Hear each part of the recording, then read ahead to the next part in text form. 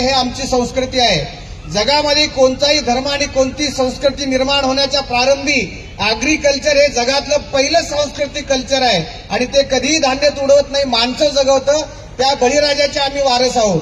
हे धान्य वाया जाऊ नये म्हणून आपण फुलांचा वर्षाव या माध्यमातून आपल्याकडे फुलं दिलेली आहेत, त्याचा वर्षाव आपल्याला करायचा आहे। महिलांच्या डोक्यामध्ये प्रश्न पडला असेल की नवरी आतापर्यंत जेवढे लग्न बघितले त्याच्यामध्ये नवरी डाव्या बाजूला असते, इथं उजव्या बाजूला बसले म्हणजे काहीतरी चुकलेलं आहे। माझ्या भगिनींनो, हजारो वर्षाची चूक आज आपण दुरुस्त केलेली आहे। त्यामध्ये पूर्व परंपरेपासून हजारो वर्षापासून सिंधू संस्कृतीपासून महिलांचा सन्मान करणं ही मराठ्यांची संस्कृती आहे आणि म्हणून वैदिक धर्माने स्त्रीला वाम, डावी, हलकी, कनिष्ठ, नवरदेवापेक्षा उंचीने कमी, अपवित्र, विधवा मुलीने हळद लावायची नाही, स्त्रीने हळद लावायची नाही, विधवा आई असेल तर तिने लग्नात उपस्थित राहायचं नाही, हे कुसंस्कार आपल्याला मान्य नाहीत। ज्या आईने लेकराला जन्म घातलं ती जर विधवा असेल तर तिचा काही दोष नाही, तिच्या हाताने आपण हळद लावून तिचा सन्मान केला पाहिजे, ही खरी संस्कृती आहे। आणि म्हणून आईचा सन्मान झाला पाहिजे आणि म्हणून उजव्या बाजूला जाणीवपूर्वक मुलीला आपण या ठिकाणी बसवलेला आहे। महिलेचा हा सन्मान आहे।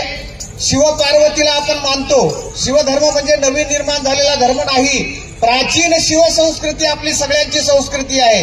शिवपार्वती हे आपलं आद्य दैवत आहे, आद्य दाम्पत्य आहे आणि म्हणून जेव्हा शिवपार्वतीचा विवाह झाला त्याचं शिल्प वेरूळच्या कैलास लेण्यामध्ये 2ऱ्या शतकामध्ये कोरलेलं आहे।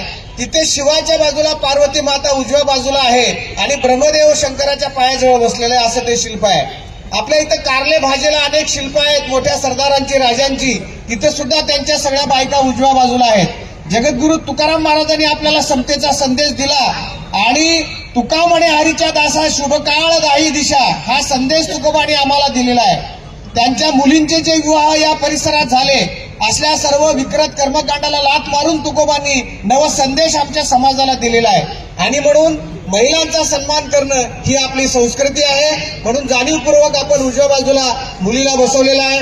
त्याचबरोबर अनेक लग्नामध्ये आपण जातो, दोघांचे माता पिता आपण विचारपीठावर बसवलेले आहेत।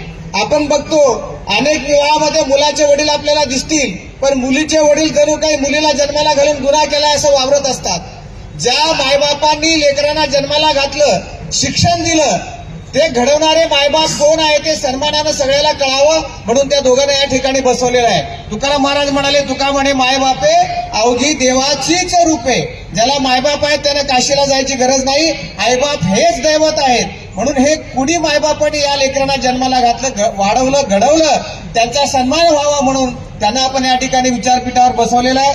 आपल्याला या ठिकाणी फुलं दिलेली आहेत, जिजाऊ वंदना होईल, एक शपथ अर्ध्या मिनिटाची होईल, त्यानंतर 5 शिवपंचक होतील। प्रत्येक शिवपंचक संपल्यानंतर आपण फुलांच्या पाकळ्या उधळून वधूवरांना आशीर्वाद द्यायचे आहेत। त्यानंतर पुष्पमाला एकमेकाला दिली जाईल, शिवमाला दिली जाईल आणि हा विवाह विधी संपन्न होणार आहे। असा सुटसुटीत असा हा विवाह विधी आहे। आपण सुद्धा काळानुसार पुढे चालत असताना आपली परंपरा जतन केली पाहिजे, कुप्रथा नाकारल्या पाहिजेत।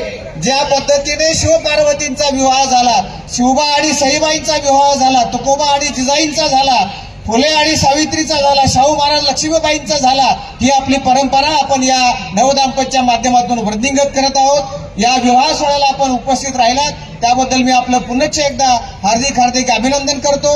नव्या काळानुसार चालण्याची प्रेरणा जगन्माता जिजाऊ छत्रपती शिवाजी महाराज, संत तुकाराम महाराज, शिवपार्वती, पंढरीचा पांडुरंग या सर्व दैवताकडून आपल्याला लाभो अशा प्रकारची प्रार्थना या ठिकाणी करतो।